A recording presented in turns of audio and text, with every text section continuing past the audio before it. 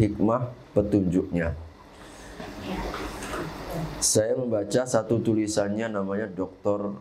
A'id Al-Qarni. Beliau salah satu di antara syekh ya di Timur Tengah, punya buku namanya La Tahzan. Kau jangan bersedih. Tidak perlu kita dalam hidup ini bersedih karena kita ini punya Allah. Nah, dalam tulisannya beliau itu menggali beberapa adab dalam surat Al-Fatihah. Hafal semua Bu ya?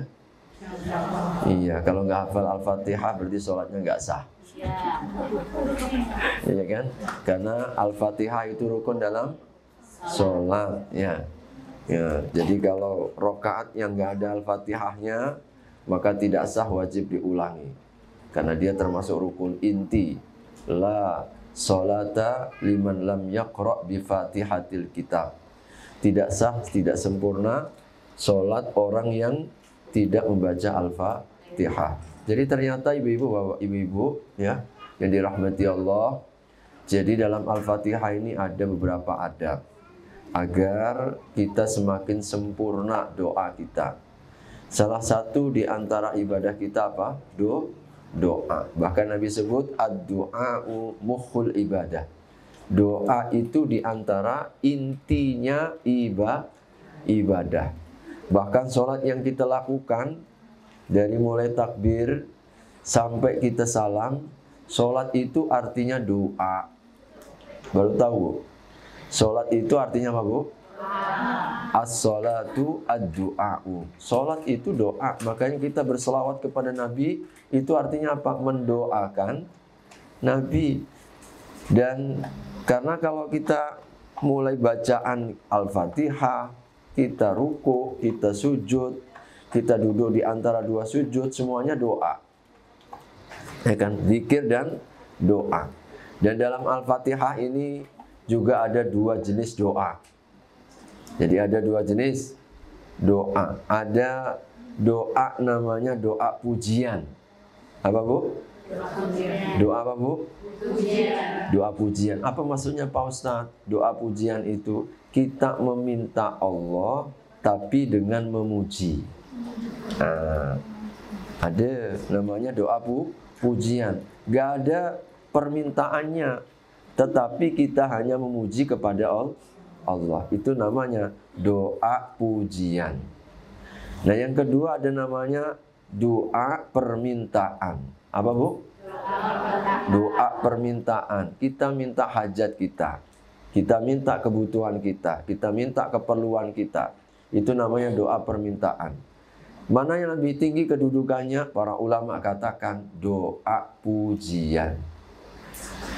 Jadi doa dengan memuji, walaupun kita tidak menyebutkan apa hajat kita, tetapi tentu Allah paling tahu kebutuhan kita. Allah yang paling tahu keperluan kita, melebihi dari kita sendiri. Betul nggak Bu? Kita nggak tahu kebutuhan kita, tapi Allah semua penuhi itu. Kebutuhan jantung kita apa, kebutuhan mata kita ini apa, Allah penuhi semua. Bahkan kita tanpa sadari kadang-kadang kita ini banyak diberikan oleh Allah tanpa kita minta. Kan begitu kan? Tanpa kita minta. Makanya kalau kita memuji, maka sesungguhnya juga bagian doa. Dalilnya mana Pak Ustadz? Kalau dalam Al-Fatihah itu dikatakan oleh beliau, puji-pujian kita di awal, mulai dari Bismillahirrahmanirrahim, Alhamdulillahirabbil alamin, Ar-Rahmanirrahim, Maliki yaumiddin, itu pujian. Ini masuk juga doa pujian. Dan di antara adab dalam berdoa itu pandai-pandai kita memuji Allah. Nabi ketika beliau berada di padang Arafah, mulai dari matahari tergelincir waktu zuhur sampai maghrib. Ada yang sudah pernah di Arafah ini, Ibu? Alhamdulillah ada yang sudah. Yang sudah mudah-mudahan insya Allah kita bisa balik lagi ke Arafah. Yang belum insya Allah banyak-banyak berdoa, mudah-mudahan dimudahkan agar kita bisa berangkat haji. Amin ya Rabbal alamin. Allah itu maha pemurah. Tidak boleh kita ini pesimis. Gimana Pak Ustadz, kita ini Allah punya 1001 cara untuk dapat kita ini berangkat haji, insya Allah. Yang penting kita ini minta ya. Jadi kalau di Arafah kata Nabi, sebaik-baik doa yang aku ucapkan dan juga seluruh para nabi sebelumku, tidak terkecuali, tidak aku, tidak juga seluruh nabi sebelumku, doaul Arafah, doa di padang Arafah. Apa itu wahai Nabi?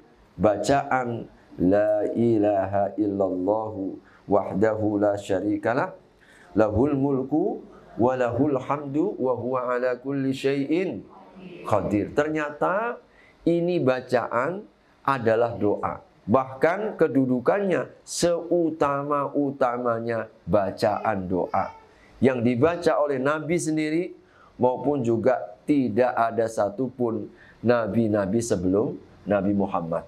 Ternyata yang paling utama doa ini. Mana ada doanya? Itu adalah pujian semuanya. La ilaha illallah wahdahu la syarikalah, lahul mulku wa lahul hamdu wa huwa ala kulli syai'in. Isinya pujian. Tiada Tuhan yang hak untuk disembah ya Allah kecuali Engkau, wahdahu hanya Engkau, la syarikalah tidak ada sekutu bagimu, lahul mulku bagimu ya Allah segenap kerajaan, wa lahul hamdu bagimu ya Allah segenap pujian, wa huwa ala kulli syai'in qadir, Engkau ya Allah yang maha kuasa atas segala sesuatu. Semua ada 6 kalimat di situ. Isinya apa? Pujian kita kepada Allah Subhanahu wa ta'ala. Ternyata itu yang dibaca oleh Nabi dari mulai zuhur sampai maghrib.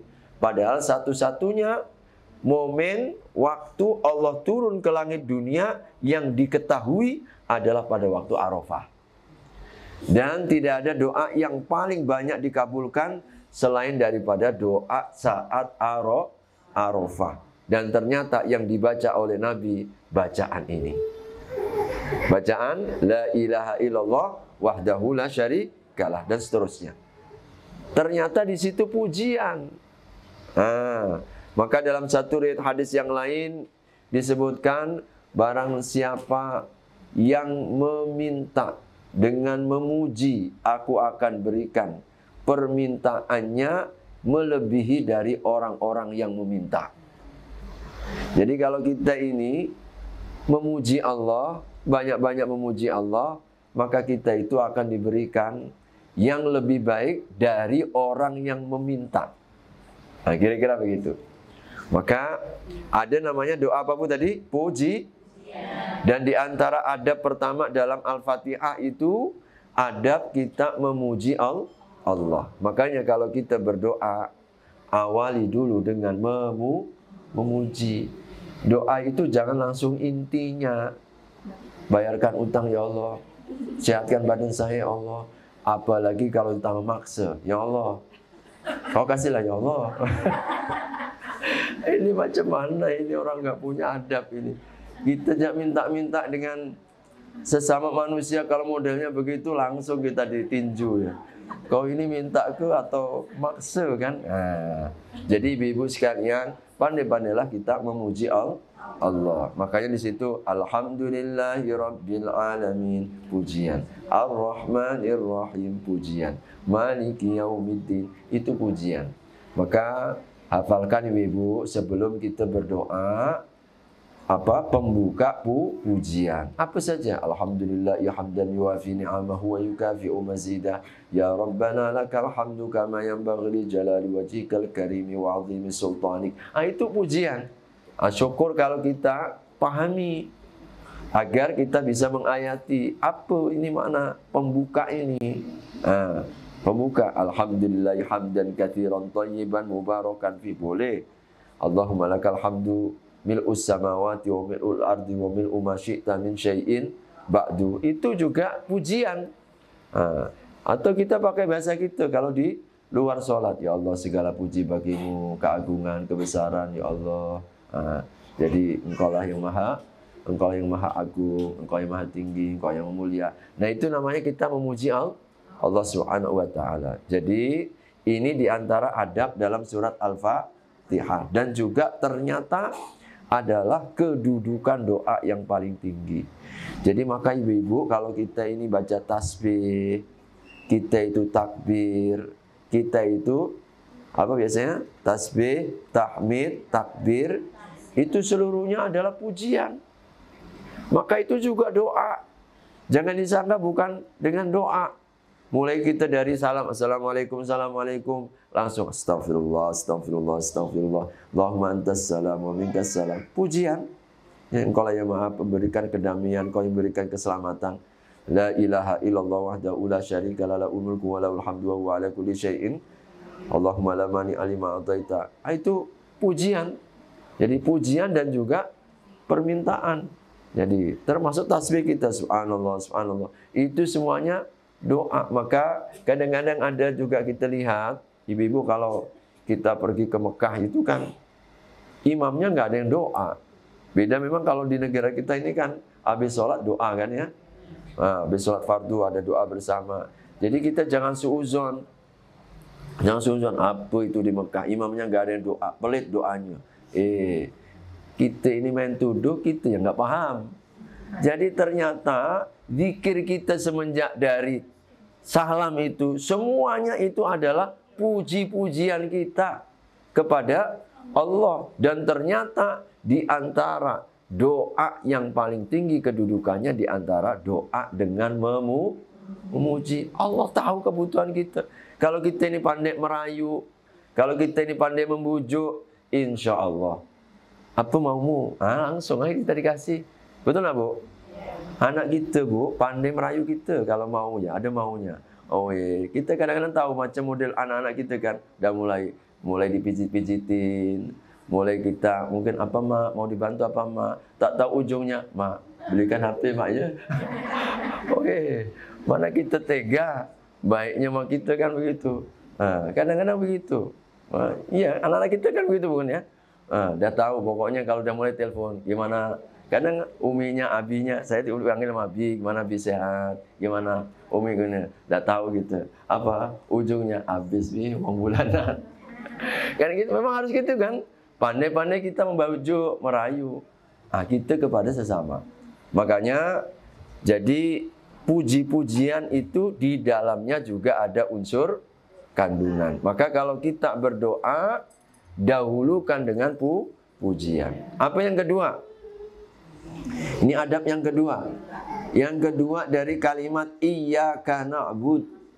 Hanya kepadamu ya Allah kami beribadah. Kami beribadah. Syekh A'id Al-Qarni beliau mengatakan adab kita dalam berdoa itu ikhlas. Apa Bu? Ikhlas. Jadi kalau doa itu yang ikhlas, bahwa kita berdoa hanya karena Allah. Yakini bahwa doa kita itu mau dikabulkan, tidak dikabulkan, ini sudah bernilai ibadah. Nggak ada ruginya kita itu berdoa kepada Allah Subhanahu wa Ta'ala. Allah yang paling tahu, tapi kita mesti yakin bahwasanya pasti dikabulkan. Cuma Allah yang tahu kapan waktunya. Jangan kita maksa Allah. Boleh jadi kalau kita mintanya sekarang, kita tidak siap. Dan kebaikan itu Allah yang maha mengetahui. Itu namanya husnudzon, selalu kepada Allah.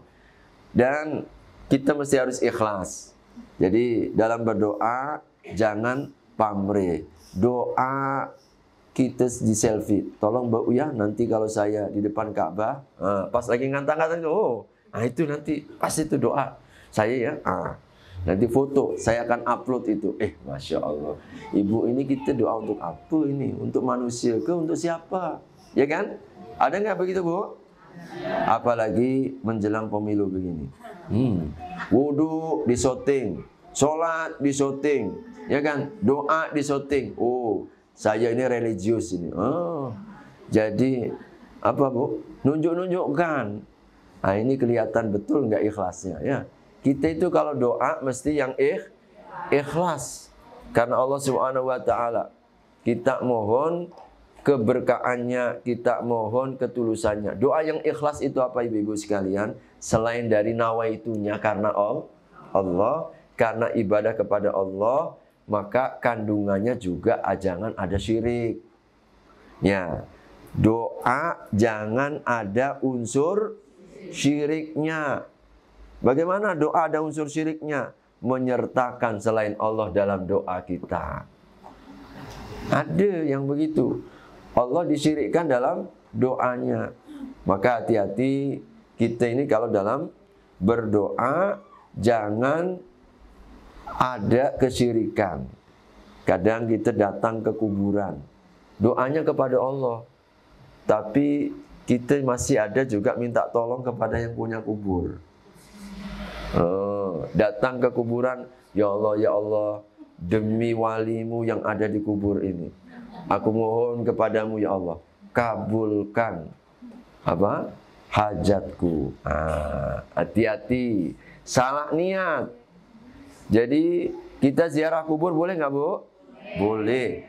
Tapi kalau ziarahnya untuk, kata orang Jawa itu ngalap berkah dengan yang dikubur, sekalipun Nabi, ini berarti ada unsur syiriknya. Ada unsur syiriknya. Sebab apa? Jadi ada dua, Bu ya. Kalau langsung minta, syirik besar. Jadi kalau misalkan, wahai yang punya kubur siapa? Sunan Kalijaga, Sunan Bonang, Sunan. Atau siapa? Wahai Nabi, ya Rasulullah, aku minta kepadamu. Itu syirik sebab doa itu hanya kepada Allah. Gak boleh ditujukan kepada orang mati. Ini namanya orang yang gak ikhlas dalam berdoa. Masih menyertakan kesyirikan ketika berdoa. Sekalipun kepada Nabi. Kalau level Nabi saja gak boleh, apalagi di bawah level Nabi. Ini kalau langsung minta, syirik besar. Tapi kalau begini Pak Ustadz, saya hanya ambil berkahnya yang punya kubur ini. Itu syiriknya syirik kecil, tidak syirik besar. Jadi demi yang ada di kubur ini, aku mohon ya Allah agar engkau sampaikan hajatku. Ini menyertakan. Kenapa kok demi yang ada di kubur ini? Itu namanya wasilah yang bisa mengantarkan kepada syirik. Menjadikan sesuatu perantara. Kita itu kalau minta langsung kepada Allah, tidak perlu perantara. Tidak perlu apa, Bu? Perantara, langsung minta, ya Allah. Jangan demi siapa. Kadang-kadang biasanya dijadikan wasilah ini orang-orang yang dianggap orang soleh, orang yang dianggap wali atau nabi. Maka hati-hati kadang-kadang ketika ziarah kubur itu salah niatnya ini. Salah niatnya ingin kemuliaan yang dikubur. Walaupun dia orang baik, ya, dia orang saleh, ya. Tapi kalau seperti itu, ini wasilah jalan yang bisa mengantarkan kita kepada kesyirikan. Jadi yang boleh apa? Wasilah dengan Asmaul Husna. Makanya di Al-Fatihah itu kita diajarkan pelajarannya. Digunakan Asmaul Husna. Apa itu? Rabbil Alamin. Tadi Al-Fatihah. Ar-Rahmanir Maliki Yaumid. Itu semuanya Asmaul Husna. Bismillahirrahmanirrahim. Ar-Rahman Ar-Rahim, Asmaul Husna. Rabbil Alamin, itu sifat. Ar-Rahman Ar-Rahim, sifat. Ya kan? Maliki Yaumiddin, sifat. Jadi wasilah yang paling tinggi. Nah ini adab yang keberapa ini? Yang ketiga ya. Adab yang ketiga itu, coba kita bertawassul dengan Asmaul Husna ketika kita berdoa. Jadi tawassul dengan Asmaul Husna ketika kita berdoa. Maka hati-hati ketika kita berdoa tidak ikhlas, masih mempersekutukan Allah, menyertakan Allah di dalam doa kita itu selain Allah. Ini hati-hati. Ini bisa atau juga model syirik yang lain. Kalau itu dalam bentuk ucapan. Ada juga dalam doanya itu disertai dengan mungkin apa Bu? Kalau di masyarakat itu katanya minta doa perlindungan. Tapi caranya cara-cara syirik. Entah dengan buang-buang sial. Doa. Ya, katanya doa perlindungan, tapi ditambahkan. Nah, itu ada unsur syirik, berarti nggak ikhlas. Yang namanya ikhlas itu murni kepada Allah. Nggak perlu kita menyertakan yang lain. Nah, menyertakan itu tadi kan ditambahkan buang-buang sial, entah pakai adat-adat tepung tawar. Ya, mungkin apa itu ya? Hah? Beras kuning dan lain sebagainya. Nah, itu berarti kita nggak ikhlas.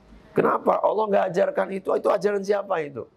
Namanya kalau kita ikhlas karena Allah, ya cara yang Allah ajarkan itulah yang benar kita untuk meminta kepada Allah. Begitu Bu ya. Jadi itu juga ikhlas. Selain dari niatnya, kita juga caranya. Jangan sampai ada unsur kesyirikan. Ini iyyaka na'bud. Adab yang keempat, wa iyyaka nasta'in. Yaitu meminta tolong. Jadi kalau kita berdoa itu minta tolong kepada Allah. Jadi kita berdoa itu pertolongan Allah. Dan kita kemudian meminta pertolongan kepada Allah. Nah, ini yang kedua tadi. Jenis yang kedua tadi kan ada doa pujian, ada doa permintaan. Wa iyyaka nasta'in. Maka termasuk di antara adab, mintalah kepada Allah. Tapi setelah pujian, tawassullah kita dengan Asmaul Husna. Ikhlaskan. Jangan sertakan dalam doa kita selain Allah. Kemudian minta kepada Allah sesuai dengan hajat kita. Oh ya, hajat kita apa? Allah itu akan kabulkan selama dalam doa kita itu tidak ada dua. Apa? Yang pertama disebutkan oleh Nabi Shallallahu Alaihi Wasallam adalah unsur kesyirikan. Yang kedua, memutuskan silaturahim. Ya, doanya minta diputuskan silaturahim. Itu nggak ada. Maka itu yang tidak akan diterima. Selain itu, insya Allah akan kabulkan. Jadi minta apa saja, kebutuhan apa saja. Nah, ini permintaan. Yang keberapa Bu? Yang kelima. 4 atau 5? 4. Ada yang 4, ada yang 5. Nah, yang pertama tadi kita memuji, yang kedua kita ikhlas, yang ketiga bertawasul dengan Asmaul Husna, yang keempat adalah kita meminta kepada Allah. Itu adab, mintalah kepada Allah apa saja. Jadi untuk kebaikan dunia dan akhirat. Nah, yang kelima ini ihdinas siratal mustaqim. Apa artinya ihdinas siratal mustaqim, Bu? Tunjukilah kami jalan yang lurus. Syekh Aid Al-Qarni mengatakan pelajarannya adalah kita menetapi sunnahnya. Kalau doa itu tetapilah siratal mustaqim itu jalan yang lurus, jalan yang sudah ditetapkan, diajarkan, dilalui oleh baginda Nabi. Jadi kalau kita berdoa, tetapilah sunnahnya Nabi dalam berdoa. Bagaimana sunnahnya Nabi dalam berdoa? Kita angkat tangan. Itu sunnah Nabi dalam berdoa. Kira-kira kita dalam doa itu begini Bu ya. Setinggi dada kita. Kita pandang. Itu adab, dikumpulkan. Tidak begini, tidak juga. Ya. Atau terlalu berlebihan, kadang ada yang terlalu berlebihan. Adab begini. Lihat telapak tangan kita. Itu sunnahnya. Jadi tetapi kalau sunnahnya, apalagi sunnahnya tadi sudah ya, memuji. Nah, itu juga sunnahnya Nabi SAW. Kemudian Nabi itu kalau mengajarkan doa adalah diulang-ulang. Nah, Ulang-ulang, ya Rob, ya Rob, ya Rob, 3 kali. Kalau kita sangat memerlukan dan kita itu sangat berhajat dan ingin dikabulkan, ulang-ulangi doa itu. Ulang-ulangi. Jadi apa misalkan Rabbi ja'alni muqimas shalah wa min dzurriyyati rabbana wa taqabbal doa, ulangi lagi. Jadi pokoknya kebutuhan yang sangat kita perlukan itu Nabi kalau membutuhkan itu diulang-ulang. Bahkan kadang-kadang Nabi pernah satu doa diulang sepanjang malam. In tu'adzibhum fa innahum ibaduk wa in taghfir lahum fa innaka antal azizul hakim. Diceritakan oleh Aisyah, itu satu doa sepanjang malam digunakan oleh Nabi. Berarti sangat perlu Nabi. Isinya apa sih Pak Ustadz? Ternyata Nabi membela kita umatnya. Janganlah ya Allah, umatku ini hanyalah hambamu, engkau siksa, ampunkan mereka. Jadi Nabi itu sampai semalam-malaman minta ampunan untuk siapa Bu? Untuk kita. Masya Allah. Kita jaga pernah semalam-malam ngedoainin orang tua ya. Pernah nggak Bu sepanjang malam? Saya yakin nggak pernah. Saya pun juga belum pernah kan. Sepanjang malam untuk orang tua kita. Nabi untuk umatnya. Luar biasa cintanya Nabi. Nah itu, jadi sunahnya Nabi apa? Diulang-ulang. Nabi itu mengulang-ulang. Ini. Kemudian juga Nabi sunahnya kalau berdoa selain angkat tangan, kemudian mengulang-ulang.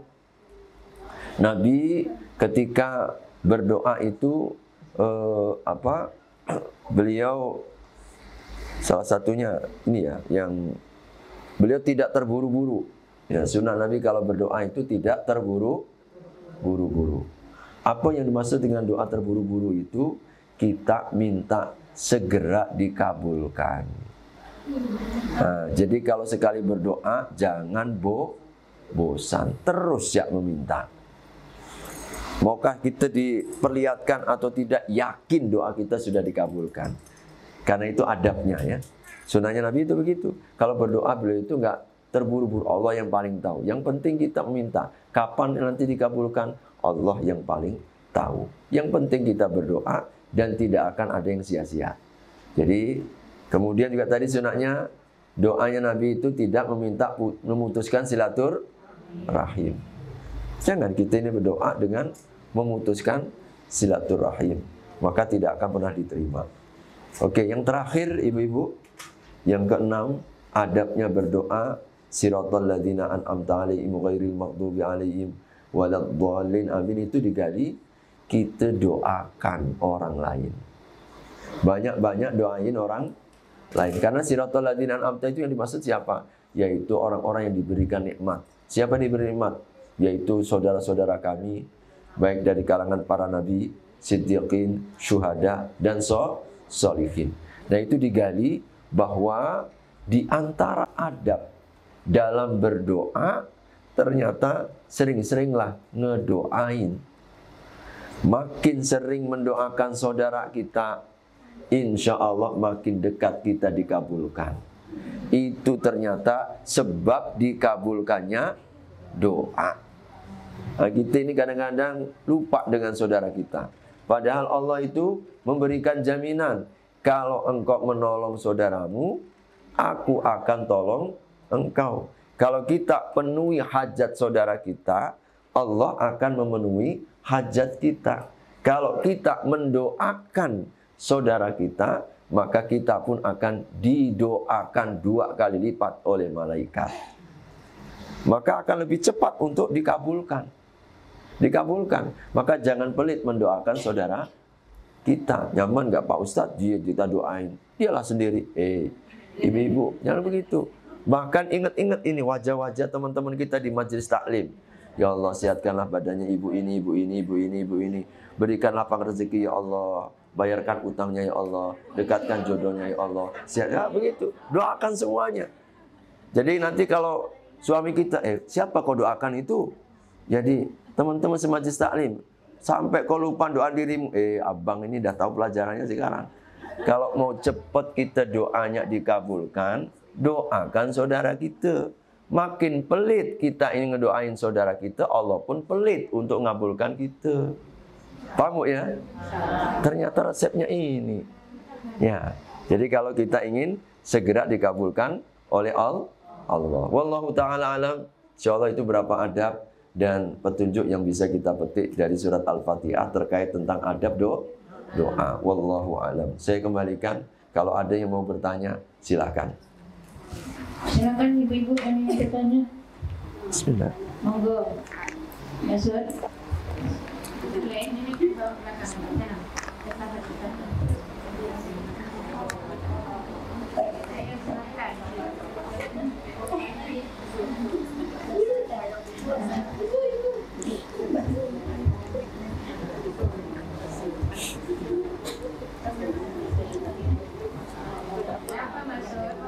Silakan. Assalamualaikum warahmatullahi wabarakatuh. Waalaikumsalam warahmatullahi wabarakatuh.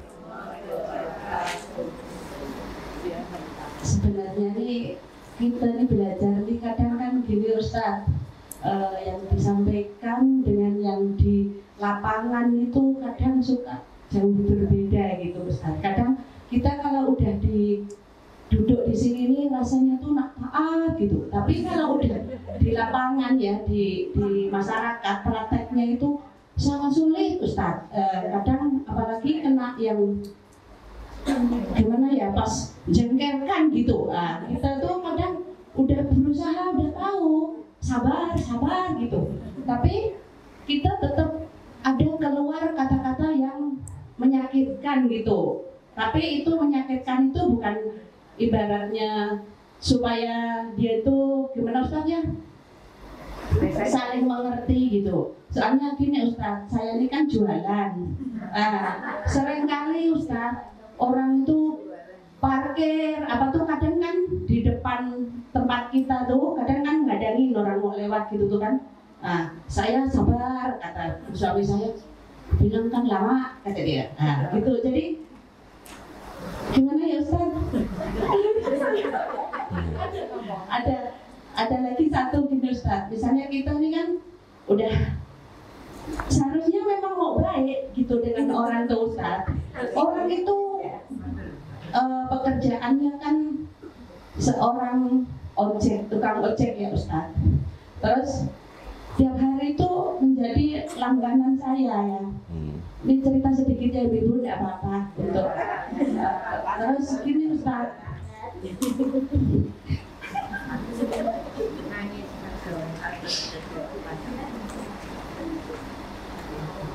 Sekali, dua kali gitu kan datang terus gitu Ustaz, kita udah ibaratnya tuh udahlah gitulah. Kalau memang udah belum ada apa istilahnya narik uang, udahlah nggak usah bayar dulu gitu kan Ustaz. Tapi lama itu kok makin jengkelin, terus sikap saya suruh gimana Ustaz? Itu yang saya tanya Ustaz. Ya. Assalamualaikum warahmatullahi wabarakatuh. Waalaikumsalam warahmatullahi wabarakatuh. Ya, alhamdulillah. Ibu-ibu kalau ada majelis taklim itu bersyukur Bu ya. Kenapa? Ada tempat curhatan. Saya tahu ibu-ibu kalau udah cerita udah selesai. Ya, udah cerita udah plong gitu. Ya, makanya alhamdulillah. Nah, ibu-ibu kalau nggak ada majelis taklim, suaminya nggak mau dengar, stres sendiri itu. Itu betul. Cepat apa? Takutnya cepat mati nanti ya, karena nggak ada curhatan gitu. Jadi alhamdulillah ketika kita dalam taklim ini kan tujuannya adalah untuk memperbaiki. Saya sering katakan kita belajar itu untuk semakin menjadi lebih baik. Kenapa? Karena ilmu itu untuk diamalkan. Makanya kalau kita datang ke majelis taklim, kemudian kita mengetahui sesuatu, insya Allah kita lebih memiliki kekuatan, daya tahan. Kita punya benteng. Sehingga kalau pas menghadapi kenyataan itu masih ada yang diingat gitu. Ada yang masih sadar, oh kata Pak Ustadz begini, kata Pak Ustadz begini. Itu insya Allah lebih mudah untuk meredam. Jadi mau marah kadang-kadang nggak jadi. Kalaupun toh marah itu masih ada kendali. Beda dengan orang nggak pernah majelis taklim Bu. Sekali marah habis semua itu.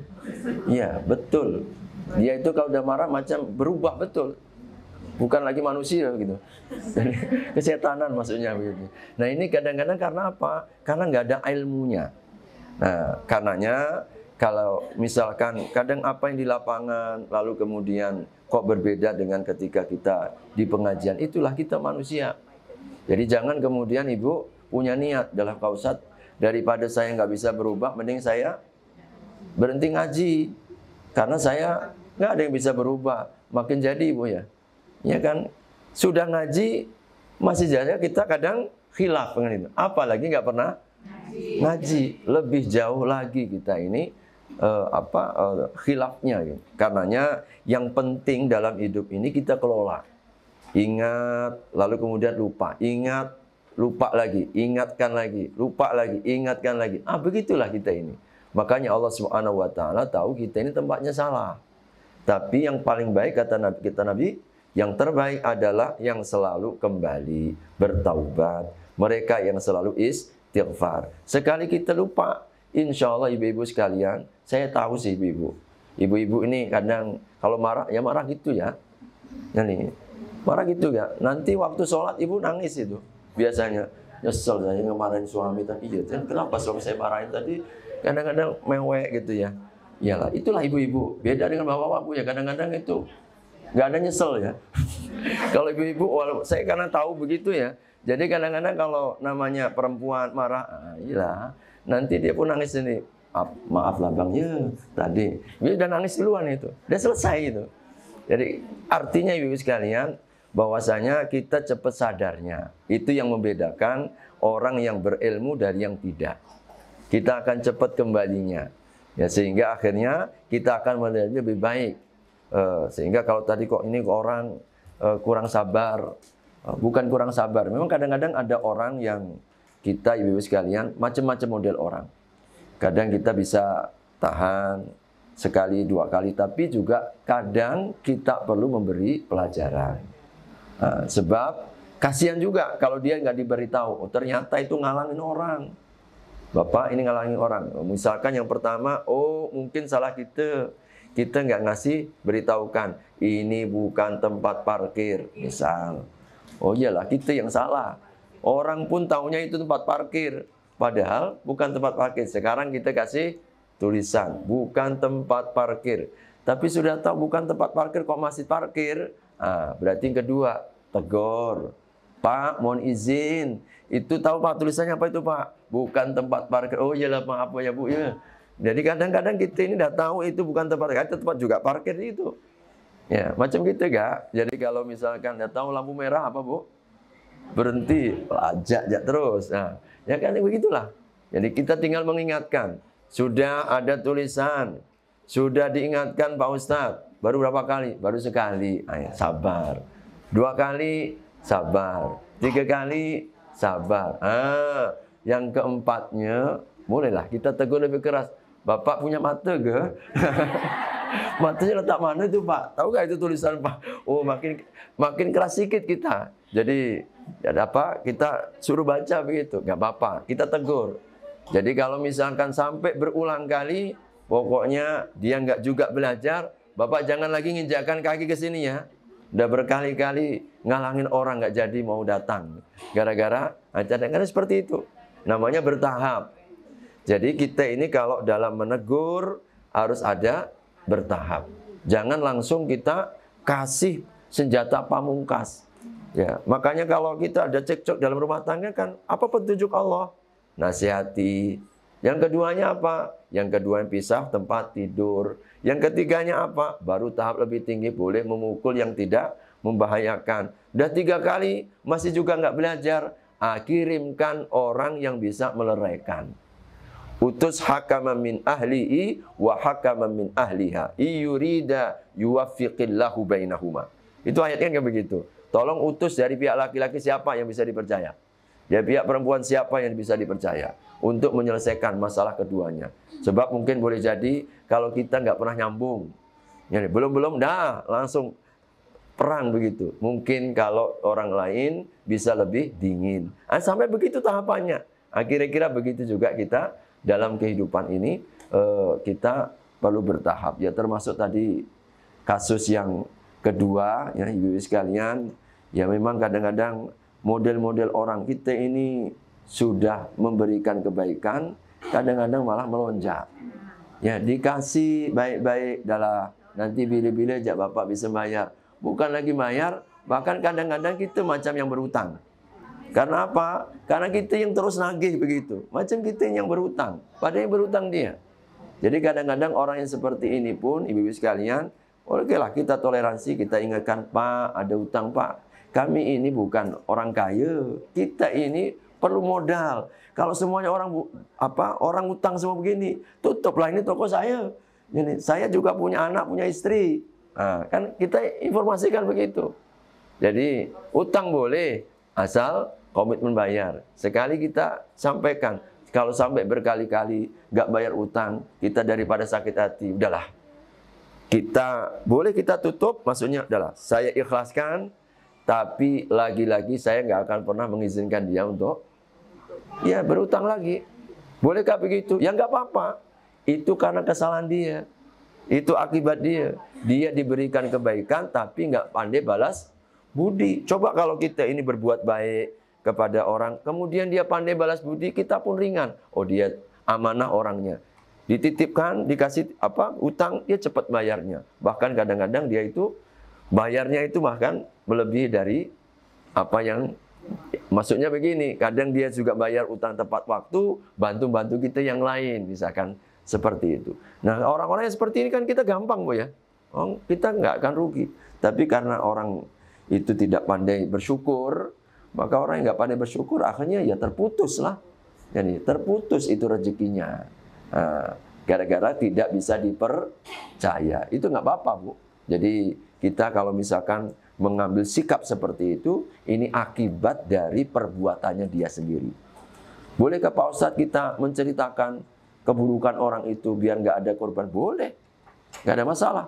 Dalam kondisi itu seperti itu untuk menghindarkan agar nggak ada orang jadi korban. Itu nggak apa-apa. Bukan menceritakan keburukan, ya menceritakan keburukan juga, tapi untuk kebaikan yang lebih besar. Itu nggak ada masalah. Wallahu a'lam bishawab.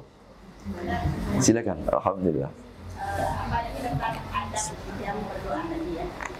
Mau nanya apa? Biasa kan misalnya ada yang itu kan biasa kayak pamit gitu, bukan makam gitu.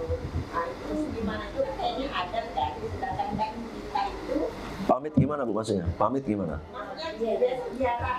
Iya. Iya.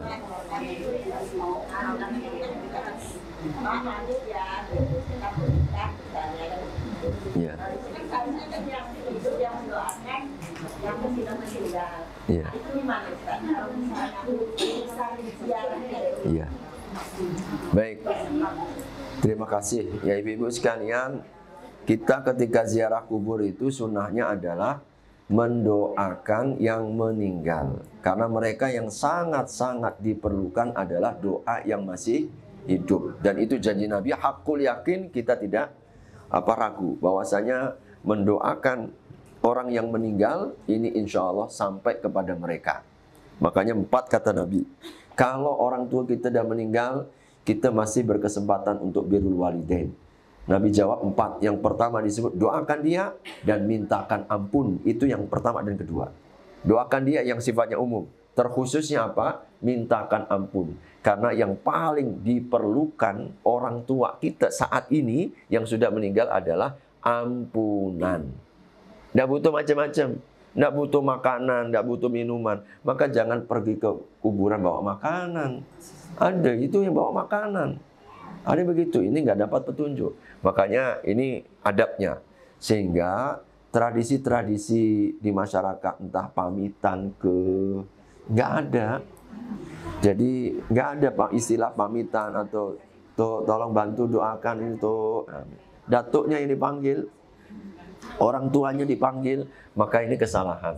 Nah ini kita katakan ucapan itu entah pamitan, entah kita nyebut-nyebut datuk tolong bantu agar hajatnya dikabulkan oleh Allah, ini wasilah atau sebab yang bisa menjerumuskan kepada syirik. Makanya para ulama katakan kategorinya memang bukan syirik besar, tapi termasuk syirik kecil, yaitu yang bisa mengantarkan kepada syirik besar. Makanya hati-hati, kadang-kadang pakai tawasul seperti itu. Saya memohon kepada Allah, mudah-mudahan yang di makam ini bisa bantu saya untuk menyampaikan hajat. Nah ini sama. Begitu Bu ya. Wallahu a'lam bishawab. Silakan. Bismillah. Biasanya kita mau ada acara kalian itu ngasih tahu ke si anak itu, oh anaknya mau nikah, ngasih tahu itu boleh tak? Di kuburan. Ya sebenarnya nggak ada fungsinya juga ya. Kita kasih tahu, kalau kita kasih tahu juga yang meninggal nggak akan pernah datang kan? Ya, karenanya ada istilah. Memang ada, saya berapa kali mendapatkan pertanyaan.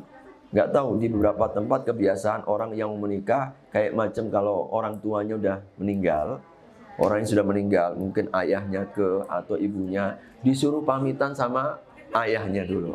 Aku ziarah dubur kepada ayahmu, besok kamu mau menikah. Atau mungkin hari Sabtu nanti atau hari Ahad nanti mau menikah. Diluangkan waktu untuk ziarah kubur. Jadi istilahnya memang itu tadi pamitan. Jadi nggak ada. Nggak kita perlukan. Jadi itu nggak ada tradisinya, itu adat semua. Makanya tidak harus seperti itu. Bahkan bagaimana? Ya, doakan saja orang tua kita. Tapi kalau sudah misalkan kita sudah menjadi pengantin, suami kita atau istri kita, biar tahu di mana orang tua kita kuburannya nggak apa-apa. Tapi bukan